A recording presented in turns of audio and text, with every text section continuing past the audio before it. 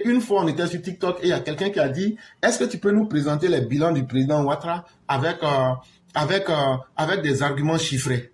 Et ce jour-là, on n'avait pas eu le temps et je n'avais pas pu répondre, mais ça m'est resté à l'idée. Et hier, comme ça, je m'amusais. Et puis, j'ai dit, bon, je vais en même temps faire ça aujourd'hui. Et donc, quand je vais faire ça, après, je vais découper cette partie-là. Et vous prenez, vous leur donnez. Et puis, ils n'ont qu'à aller voir ce qui est faux dedans, ils n'ont qu'à venir présenter. Et donc, le président Ouattara, pour ceux qui ne le savent pas, c'est ce président travailleur qui parle peu, qui a fait passer la Côte d'Ivoire. En 2011, la Côte d'Ivoire avait 2850 localités électrifiées. De 2850 localités électrifiées en 2011, le président Ouattara nous a fait passer à plus de 7500 localités électrifiées en 2023. Ça veut dire quoi? Ça veut dire le président Ouattara seul, en 13 ans, là, il a électrifié 4650 localités. Est-ce que vous entendez bien ce que je dis? En 13 ans, là, lui seul, ça veut dire en 60 ans, de 1960 jusqu'en 2011, là, toute la Côte d'Ivoire était électrifiée. Les localités électrifiées, là, c'était 2850. Quand le président Ouattara est venu là, lui seul en 13 ans, il a électrifié 4650 localités. Ça se respecte. Ça veut dire qu'il a fait plus du double de ce qui n'a été fait entre 1960 et 2011. Ça, c'est la première réalité que je mets en face de tout le monde. Quand le président Ouattara vient prendre le pouvoir, en 2011, la Côte d'Ivoire est pays pauvre très endetté, PPTE. Mais aujourd'hui, en 2024, là, la Côte d'Ivoire est la deuxième économie de la CEDEAO. Et donc là, non seulement on est quitté dans l'étape même des pays pauvres endettés, mais on a aujourd'hui un pays qui est respecté, qui est solvable, et on est une des économies, sinon la deuxième économie la plus dynamique de la CEDEAO. Et donc on est quitté de l'économie de la honte à une économie performante. Ça aussi là, c'est même plus qu'un chiffre, ça se voit, ça se sent. Le président Alassane Ouattara a fait passer le budget de l'État de la Côte d'Ivoire, qui était de 3033 milliards en 2011.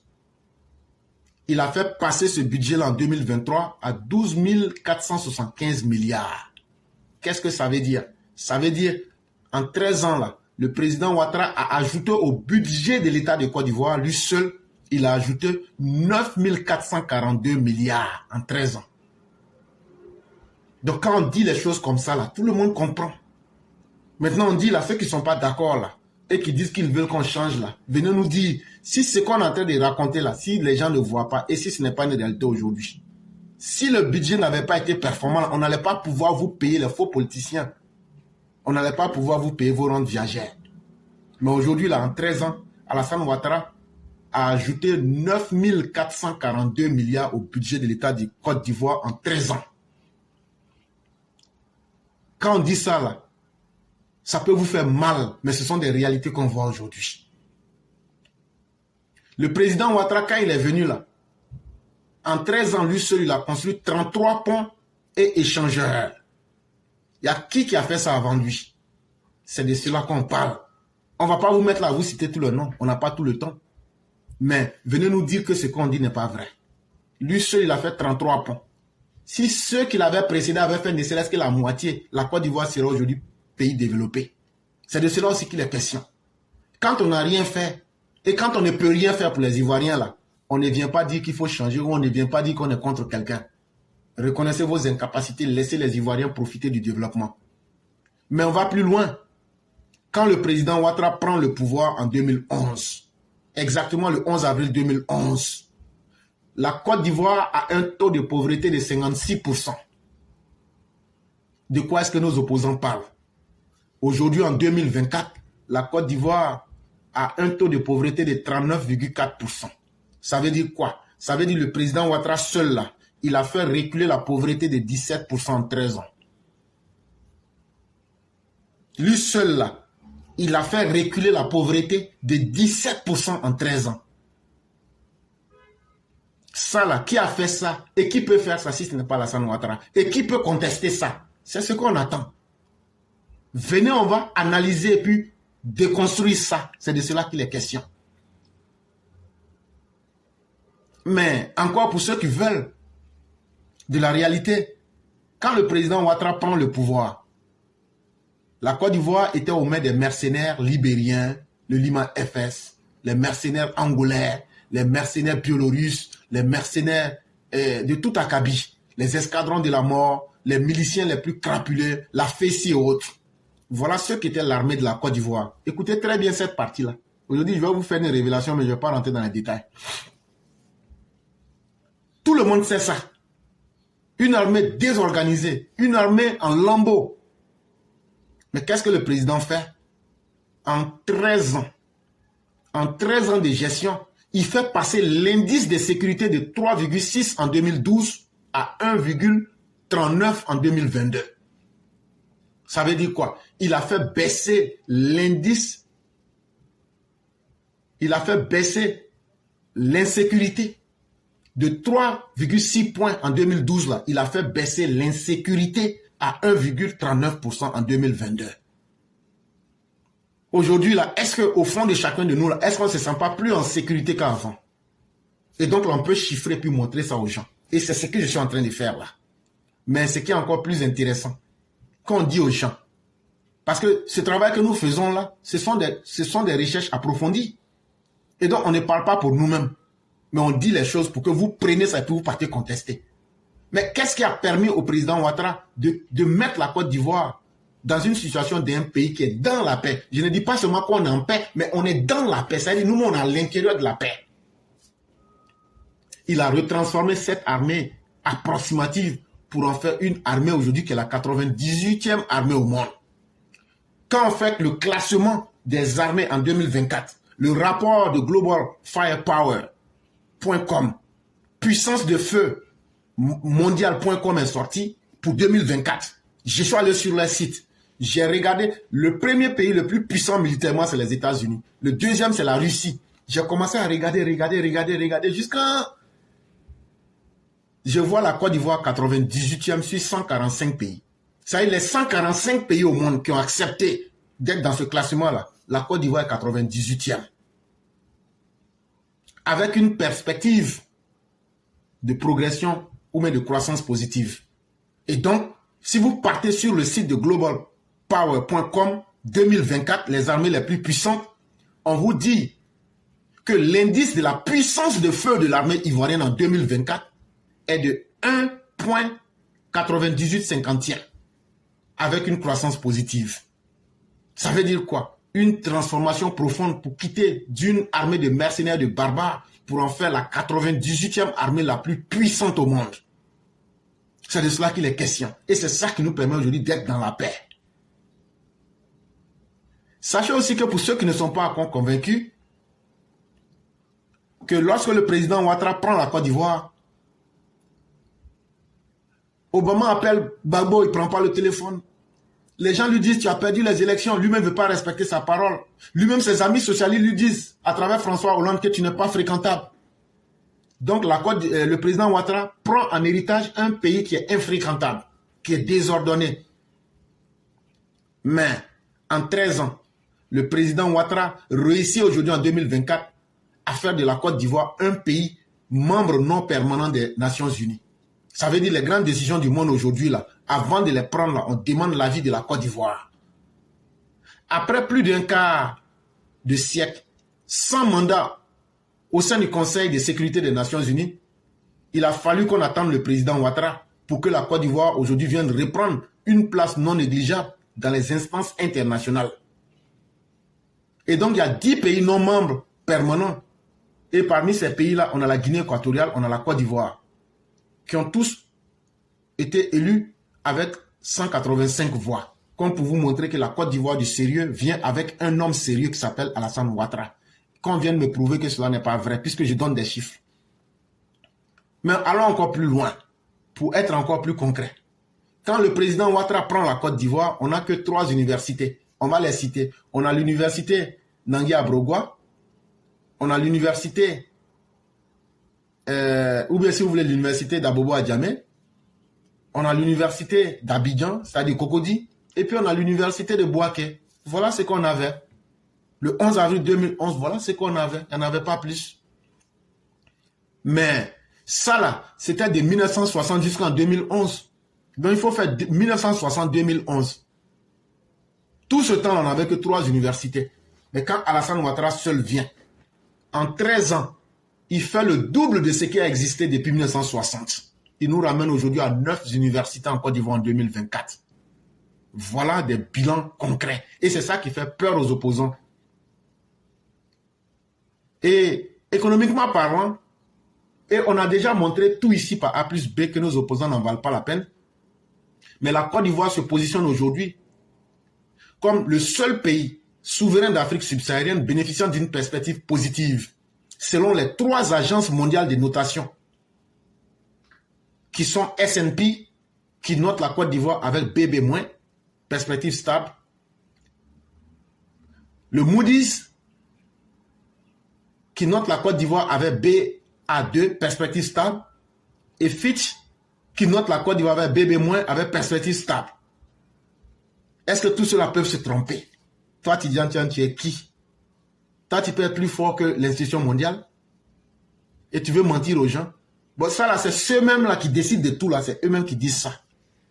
Ce n'est pas moi qui le dis, ce n'est pas le président Ouattara qui le dit. Les chiffres et les réalités que vous voulez qu'on cache aux Ivoiriens là. Quand on dit que tout va bien en Côte d'Ivoire, vous dites que tout va mal là. Ceux qui donnent l'argent, ceux qui sont les financiers et les gendarmes du système mondial vous disent que la Côte d'Ivoire est le seul pays en Afrique subsaharienne, en bas du Sahara, là, qui bénéficie d'une perspective positive. Et ce n'est pas un hasard que les 3 agences de notation mondiales aient le même résultat sur la Côte d'Ivoire. C'est de cela qu'il est question. La Côte d'Ivoire n'a jamais été dans un tel contexte, quel que soit le président, sauf si ce n'est qu'Alassane Ouattara. Mais encore, il faut aller plus loin. C'est grâce au président Ouattara que notre PIB, qui était de 12 113 milliards en 2011, vous savez, j'ai expliqué le PIB ici 1001 fois. Quand on prend une année là, le travail que tout le monde a fait là, quand on calcule la richesse totale des Ivoiriens sur une année là, c'est ça qu'on appelle le produit intérieur brut. En 2011 là, toute la Côte d'Ivoire produisait 12 113 milliards en 2011. Mais en 13 ans, le président Ouattara a fait passer le PIB de la Côte d'Ivoire à 47 790 milliards en 2023. Ça veut dire quoi? Il a multiplié presque 4 fois même, je dirais. Il a multiplié 4 fois le PIB de la Côte d'Ivoire. Ça veut dire la richesse totale de la Côte d'Ivoire, il a multiplié ça par 4. Ça, là, venez nous dire que ce n'est pas vrai. Maintenant, pour ceux qui l'appelaient, qui ne sait pas qu'on appelle Alassane Ouattara Madou Goudron? On dit qu'il aime trop faire goudron.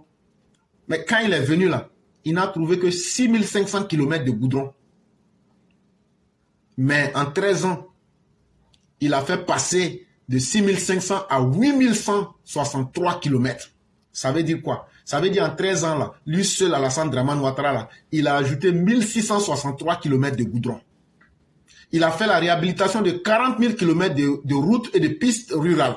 Il a fait le bitumage de 545 km de routes neuves interurbaines, c'est-à-dire dans les villes. Et il a fait 115 km d'autoroutes et 245 km de voiries. C'est d'Alassane Ouattara qu'on est en train de vous parler. C'est un champion poids lourd à qui personne ne peut se mesurer. Et c'est ça qui fait peur à l'opposition. Alassane Ouattara est trop lourd pour eux. Mais venons à l'éducation. Quand Alassane Ouattara prend le pouvoir en 2011, toute la Côte d'Ivoire compte 275 lycées et collèges. Quand tu mets tous les lycées et tous les collèges ensemble, il n'y en avait que 275.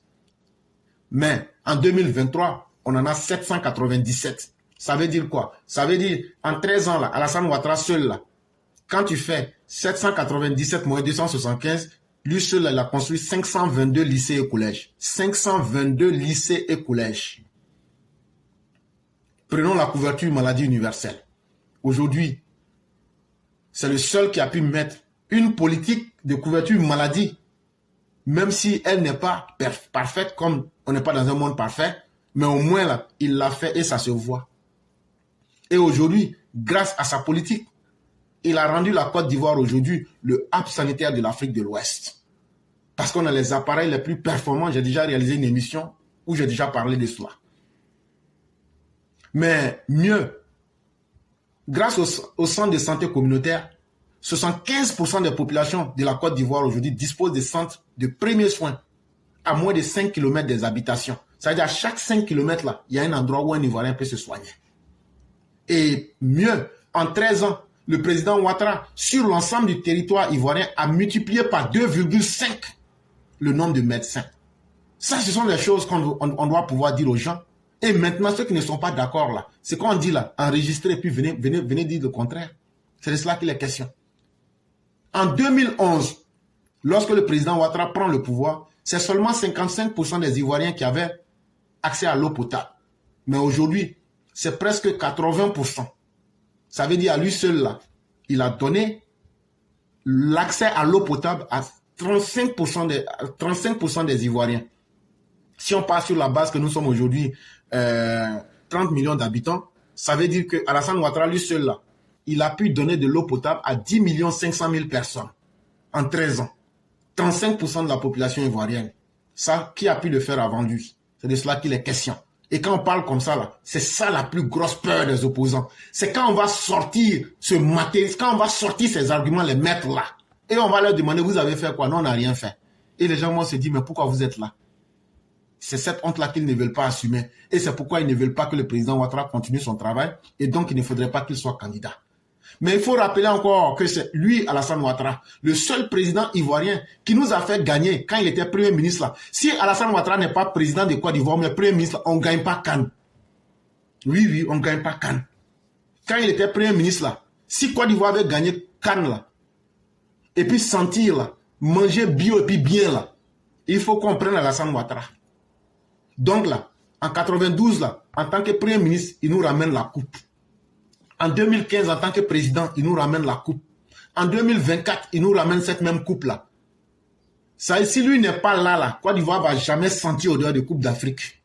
Donc, vous ne voulez pas qu'on remporte la prochaine Coupe d'Afrique, non? Si vous ne voulez pas qu'on remporte la prochaine Coupe d'Afrique, là, laissez Alassane Ouattara partir. Vous allez voir Cannes là pendant, vous n'allez plus jamais remporter. Mais, allons encore plus loin. C'est lui, Alassane Ouattara, depuis que l'Afrique existe là, et depuis que le monde existe là, c'est lui qui a organisé la CAN la plus suivie dans le monde. Plus de 2 milliards de spectateurs, sans compter ceux qui sont venus. La CAN la plus... Chez nous, en Côte d'Ivoire, on dit ça, la CAN la plus douce. Sinon, on ne dit pas ça en bon français. C'est lui seul qui a pu organiser la CAN la plus douce au monde. C'est lui qui a pu faire ça. Et c'est Alassane Ouattara qui a organisé la Coupe africaine des Nations la plus rentable que la CAF elle-même ait reconnue. La CAF nous dit qu'eux n'ont jamais eu bénéfice comme la CAN qui a été réalisée par Alassane Ouattara, le président. Ils disent qu'eux, ils ont eu plus de 40 milliards de bénéfices, plus de 80 millions de dollars américains. Ça fait, eux, ils ont eu bénéfice de plus de 40 milliards de francs CFA. C'est aussi lui qui a organisé la CAN de 2024 en dépassant même les standards d'une coupe une coupe du monde. C'est Alassane Ouattara aussi qui a fait ça. Il n'est pas dans les petits détails, il n'est pas dans le saugrenu, il n'est pas dans le superflu. C'est Alassane Ouattara qui a augmenté le SMIC des Ivoiriens, qui était d'abord de 40 000, il a fait monter à 60 000 et aujourd'hui en 2023, là, il a fait plus d'une augmentation de 25%, aujourd'hui on a 75 000. C'est Alassane Ouattara qui a augmenté le salaire des fonctionnaires de plus de 15%. C'est Alassane Ouattara qui a mis le pays en chantier. Et c'est pourquoi vous voyez, et les Ivoiriens vous le témoigneront volontiers, tous les projets titanesques qui illustrent l'engagement des autorités ivoiriennes à améliorer la vie des Ivoiriens, l'accessibilité, la connexion entre les différents territoires et à consolider la position de la Côte d'Ivoire comme étant le pôle régional majeur en termes d'infrastructure. Et ça, là, aujourd'hui, là, on va bientôt avoir les métros et autres. C'est de cela qu'il est question. Et lorsqu'on parle des secteurs de l'emploi, il n'y a jamais un régime qui ait autant donné l'espoir que celui du président Ouattara, avec la banque qui fait de l'ouverture aux jeunes gens. 1 milliard par jour, comme c'est dit, pour aller plus rapidement. Le secteur de l'emploi a enregistré un progrès sans sans doute, plus de 3 millions de nouveaux emplois ont été créés en 2011 et 2022. Et il y a près de 2 millions qui ont été uniquement créés pour les jeunes. Rien que pour 2022, il y a 118 641 nouveaux emplois formels qui ont été déclarés. C'est de cela qu'il est question. Côté éducation, pour lier cela avec l'employabilité, en 2019, grâce au PND, il y a 10 300 enseignants qui ont été recrutés. Venez nous dire que ça, ce ne sont pas des réalités. Et qui a fait ça avant le président Ouattara? Venez nous dire que les familles les plus nécessiteuses ne reçoivent pas 36 000 francs à travers les filets sociaux. Et il y a plus de 50 000 familles qui ont reçu ces fonds-là. C'est de cette Côte d'Ivoire-là qu'il est question. Et c'est du bilan de Alassane Ouattara. Et c'est ce bilan-là qui fait souffrir les opposants.